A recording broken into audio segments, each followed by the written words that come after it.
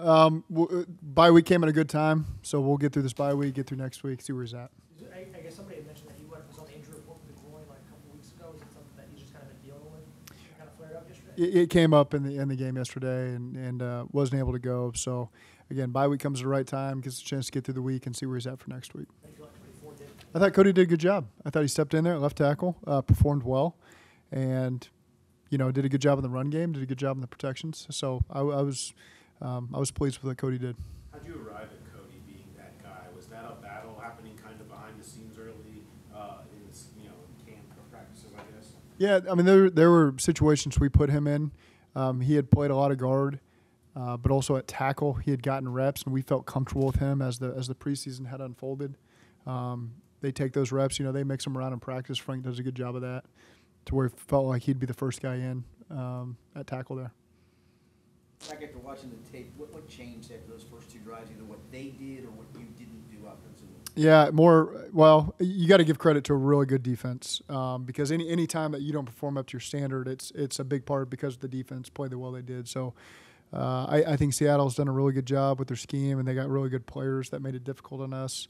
That being said, in the second half, you can go drive by drive, and it was something different on every single issue. We had a turnover on the first one, got ourselves out of a backed up situation, and then had 2 sacks on the next drive. I believe that the next series was a third down stop on 3rd and 1. The next series was 3 incompletions, when we were in scoring position after Cam's turnover. And then, that's again, some things that we feel like we could have held ourselves to a higher standard to and done a better job of all around. And it was really myself, every player. It was disappointing that we came away with really no points. We got a field goal that the defense really gave us with the turnover, and that was incredibly disappointing. Back when you watch the film, the 3rd and 1 to start the 4th quarter, and other instances, what are you not seeing in the run game to get 1 yard? I think there's some technique things at a couple different positions there that could have been better on the 3rd and 1. Do you see it as something that can be improved over a short course? Are you just talking about short yardage? You're talking about run game? Yeah, short. Particular. Yeah, absolutely. I mean, yeah, we feel like we should have gotten that. Again, give them credit. Their backer ran through. Their safety beat us across our face. They had 2 guys that were ready to make that play based on some things that we could have done better. Do you always evaluate the run game off statistics, or is there a lot more to it? Yeah, no. I mean, it's technique. Are we putting our guys in the best position?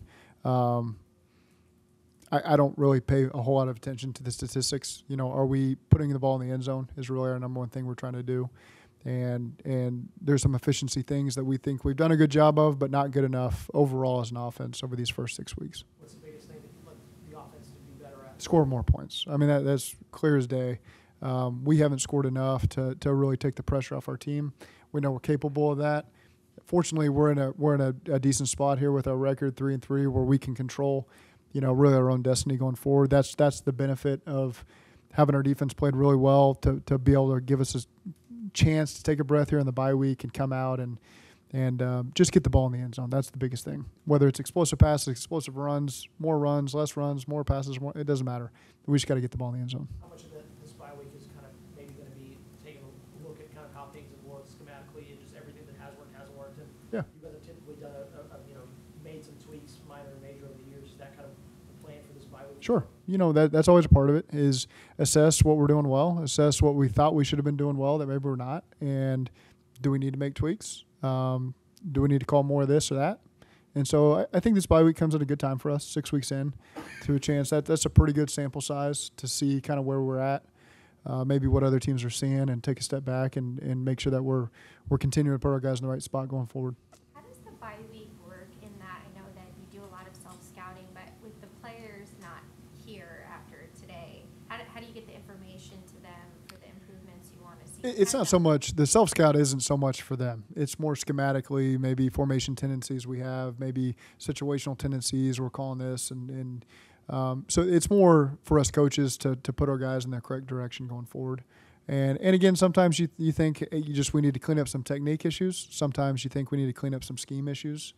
So again, there's an opportunity this week to get into that stuff and again, be able to put our best foot forward going into the San Francisco game.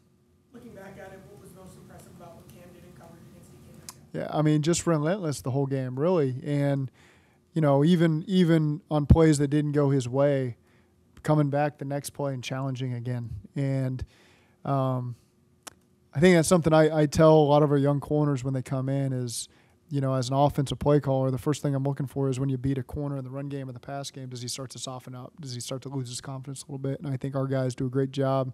Chuck stays all over those guys, and they continue to challenge. And playing corner in this league is easily one of the most difficult jobs you got because you're out there on an island. People can see if you did well or you didn't.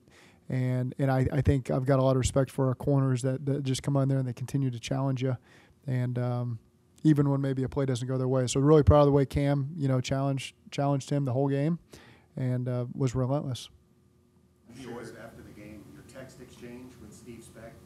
Do you have relationships with a lot of the local high school coaches, and if so, how did they develop? Yeah, friendly with a lot of the guys. His and mine started through recruiting when I was at UC.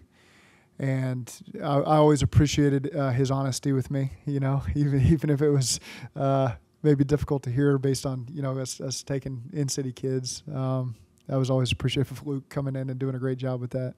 And so I appreciated that bluntness. And after I left that job, I think we circled back and formed a pretty good relationship there. And so a lot of respect for that program. My kids like going to high school games, so they've gone a couple of those games. Some of our neighbors take them. AJ Golden's one of our neighbors, had a great touchdown on a fake punt they had last week. So I thought it was pretty cool, and so we'll just text back and forth occasionally. We run into each other at Starbucks. It's closed right now, but typically that one in Columbia Parkway, I run into him sometimes too.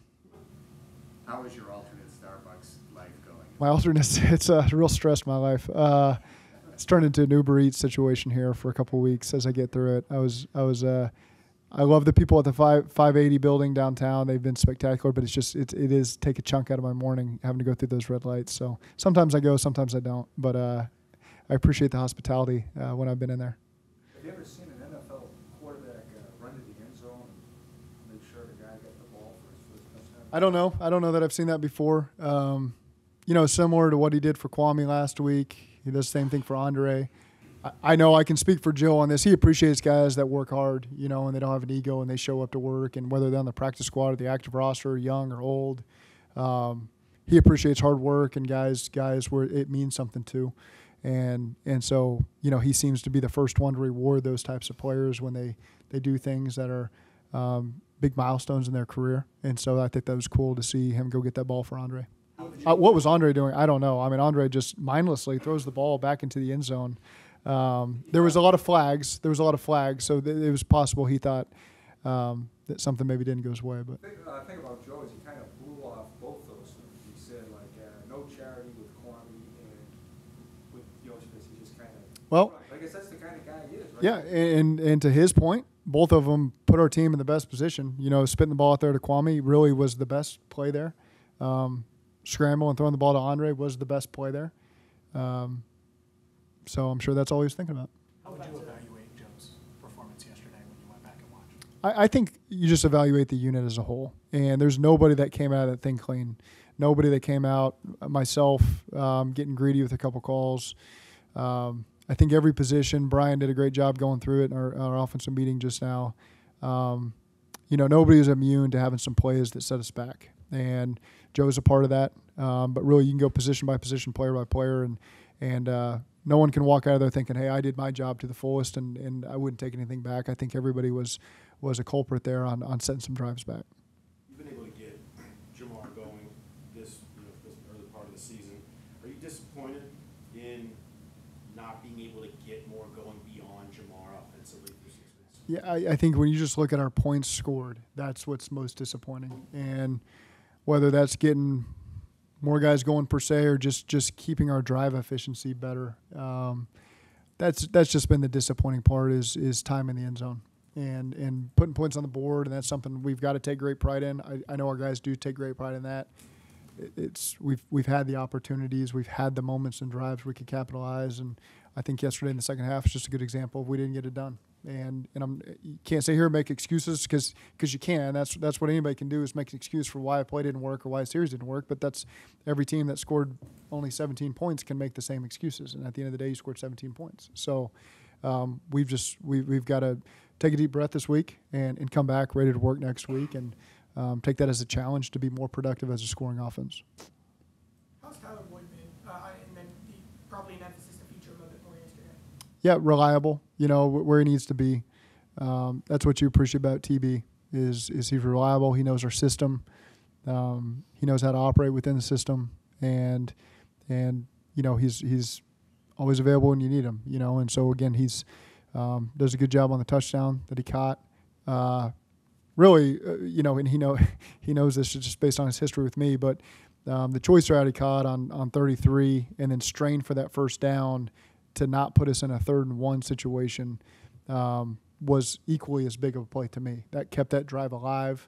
That kept us out of a 3rd down situation where you're just in a whole different play calling mentality, and he gave us a 1st and 10 and allowed us to go throw that touchdown to him there a couple plays later. So that play, as much as the touchdown for me, was what you appreciate TV for. He's been the longest tenured guy here. I think even when he got here, played with a ton of pride. Yep. How important has that been, kind of the sense of pride that he carries to being as good as y'all, the transformation that y'all went from 19 to now? Yeah, there's always a deep appreciation I have for Tyler because he was the same guy when things were really tough for us as a team as he is now when things have been a lot more positive. And, you've always got I've always got a sentiment for those guys, and you can going back from the beginning for me, it's Tyler Boyd, it's Sam Hubbard, it's Josh Tupou, Joe Mixon, and I want to make sure I'm not missing anybody there.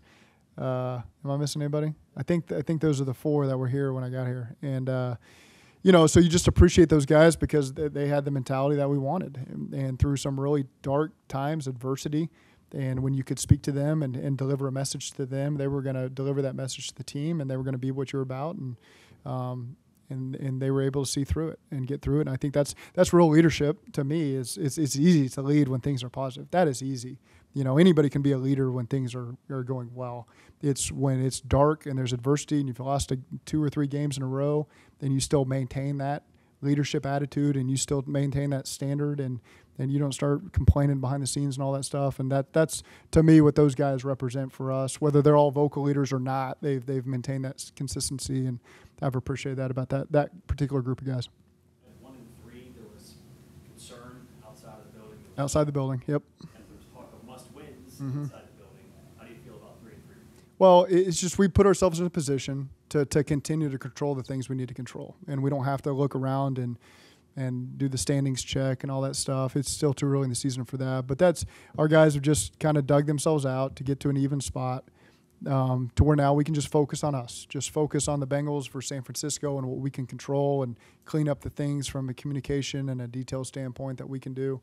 And if we continue to do that, then any goal we had is still out there in front of us. And that's the positive of going from 1 and 3 to 3 and 3. That's the biggest thing I take away is just focus on ourselves going forward, and we'll be able to achieve the things that we want to achieve.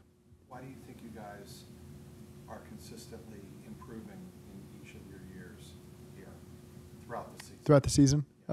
Character, number one. It's for all the reasons I said. When you stumble a little bit, that can be where a team can go 2 different directions, and our team always continues to take the difficult road of just roll up our sleeves and let's get back to work and not panic and let's just try to improve. And that's the biggest thing as you get through September and into October, just continue to improve. And then when you hit November and December, those improvements are going to help you win some close games, and that's where we're at right now. A lot of coaches also say we don't know who we are until about this time, or at least certainly second week in October. Do you have a much better idea of who you are? I do, and things that we need to improve on. But you're going to continue to evolve as the season goes. There's always a season, but there's many seasons within it. Many as in like tiny, MINI, and the team continues to evolve schematically. That can happen too. That can be based on injuries. That can be based on guys coming on. So there's a lot of different ways that this team can continue to evolve as the season goes. I know a lot of guys play through injuries. Yeah. Joe gets hurt on July 27th, has the setback September 17th, hasn't missed a game. Mhm. What you've seen from him throughout this entire process over the past. Competitor. He just wants to do anything he can to help the team win. And that's ultimately that's how we define a Bengal, doing whatever it takes. And that's what he's done. That's what a lot of our guys have done, in particular in this last game, Cheeto and T going out there and their presence being out there and giving us what they could, fighting through a tough week. We've had other guys that have been through that as well over the course of the season. And so, again, that's guys that kind of put their ego aside and know that maybe I'm not up to full speed, but my presence out there is going to help the team, and that's what we've gotten from all those guys. 2 weeks ago at Arizona, 49 passes, no tight end targets, just a couple yesterday. Is that intentional, or is there something Irv has to do to get more involved in the offense? Sometimes it's just the coverage. The ball goes where the coverage dictates, and I feel like we've had some opportunities elsewhere to target, and I think those times will come. And they always have to stay ready. That's part of the tight ends and the backs. Is sometimes it's coming when you least expect it, and it's going to be a big part of the game. And so that doesn't mean that we didn't have a target against Arizona. It was a DPI on the first. Yeah, so he was number one in the progression.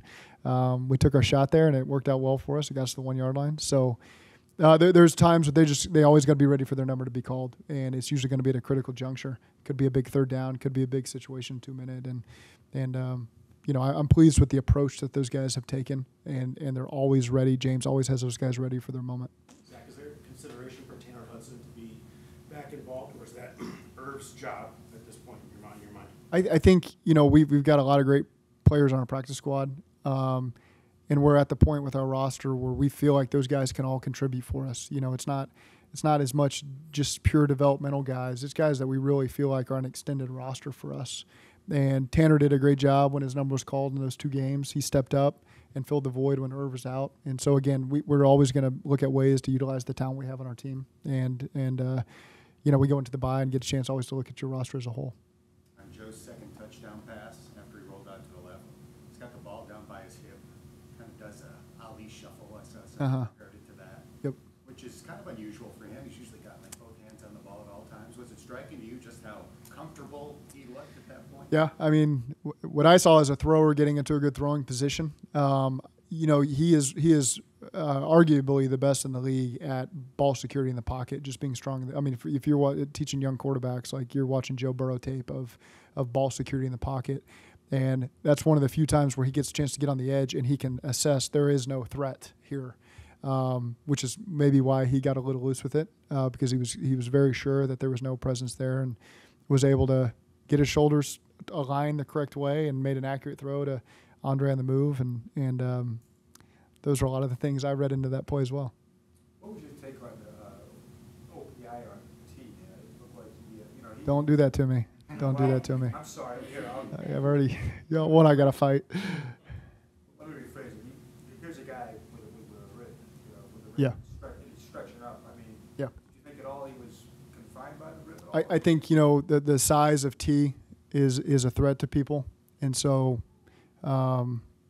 that's probably something that's brought up to the ref's attention. Oftentimes a lot of opponents we have is this guy's big and he creates separation. Well, it's not always illegal, and so again, it's difficult because there's not much you can tell T there. There's really not, and so again, just continue to play within the rules and we'll continue to play ball the way we play ball. But The fact he stretched like that, I guess, with knowing that he's good.